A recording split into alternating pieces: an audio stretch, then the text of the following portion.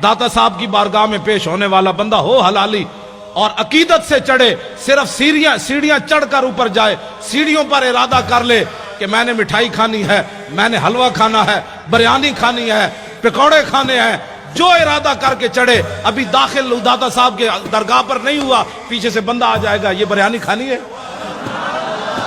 कौन देता है देने को मुंह चाहिए, देने वाला है सच्चा हमारा नबी, जिनके तलवों का धोमन है आबे हयात, है वो जाने मसीहा हमारा नबी।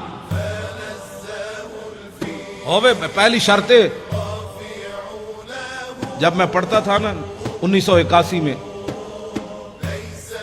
उस वक्त ये दाता साहब का कम्प्लेक्स नहीं, वो तो बहुत आगे थी जगह, वहाँ दूध की सबील लगती थी।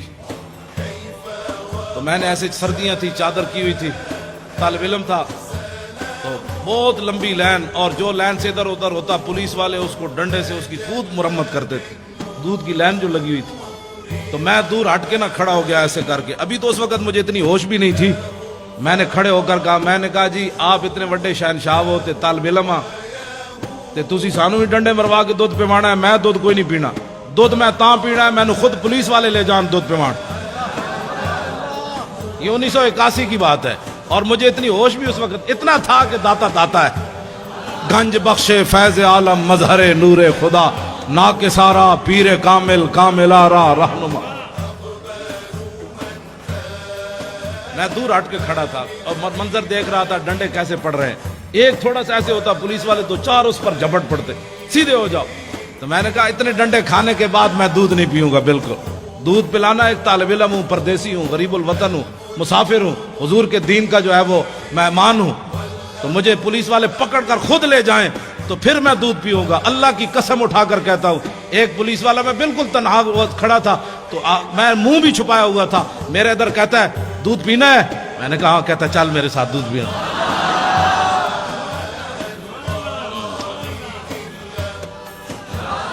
लेकिन अंदर भी कोई शय होवे,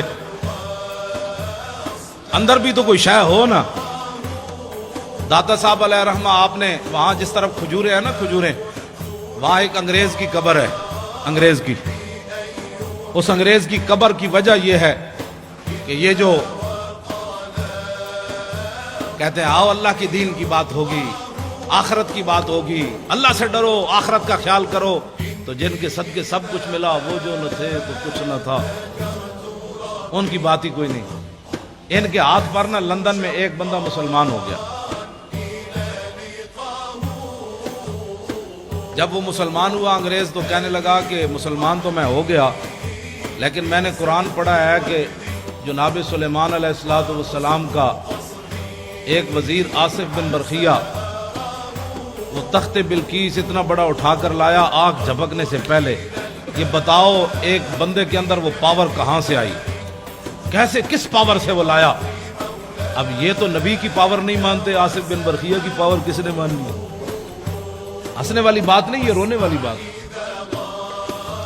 ये तो लोगों को कहते हैं नहीं नहीं नहीं, कोई कुछ नहीं कर सकता। अंग्रेज ने कहा मैंने तुम्हारा कुरान पढ़ा, अब तो मैं भी मुसलमान हो गया। बताओ वो आसिफ बिन बरखिया इंसान होकर किस पावर से लाया आग झपकने से पहले इतना बड़ा तख्त? इन्होंने अगर मगर की, और कहने लगा कि अगर मगर न करो, मैंने जवाब दो। जवाब इनके पास था ही नहीं।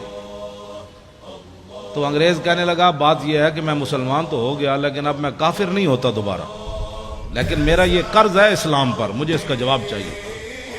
अब वो बेचारे वो लोटे बिस्तरे उठाए फिरता रहा दीन की खिदमत के लिए।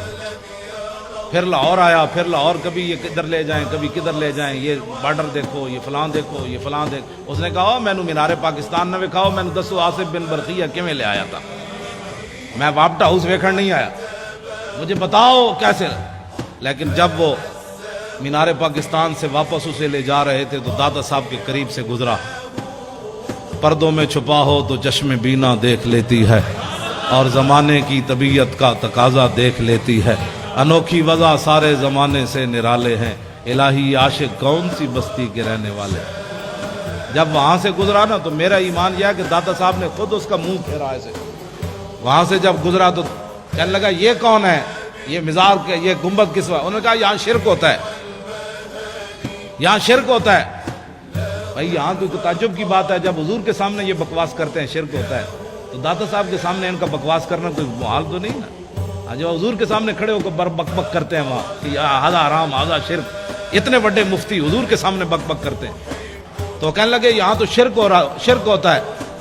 وہ انگریز کہنے لگا مجھے تو یہاں سے خوشبو آ رہی ہے، تم کہتے ہو شرک ہوتا ہے۔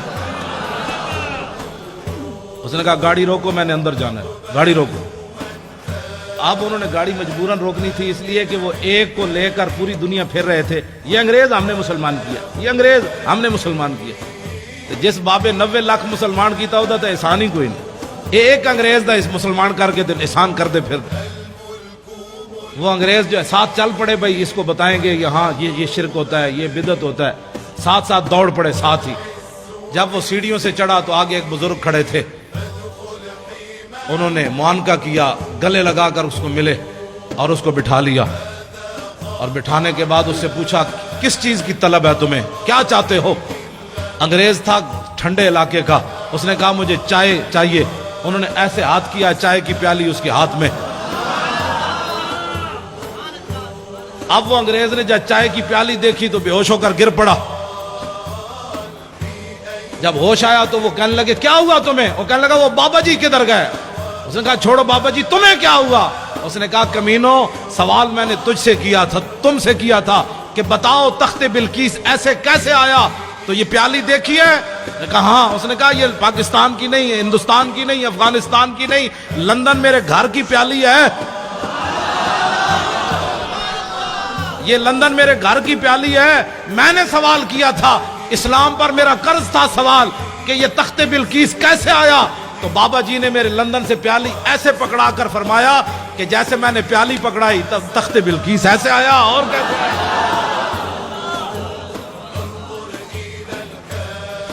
اس نے کہا جاؤ، تم زندے ہو کر جواب نہ دے سکے، صاحب مزار نے مجھے جواب دے دیا، جاؤ۔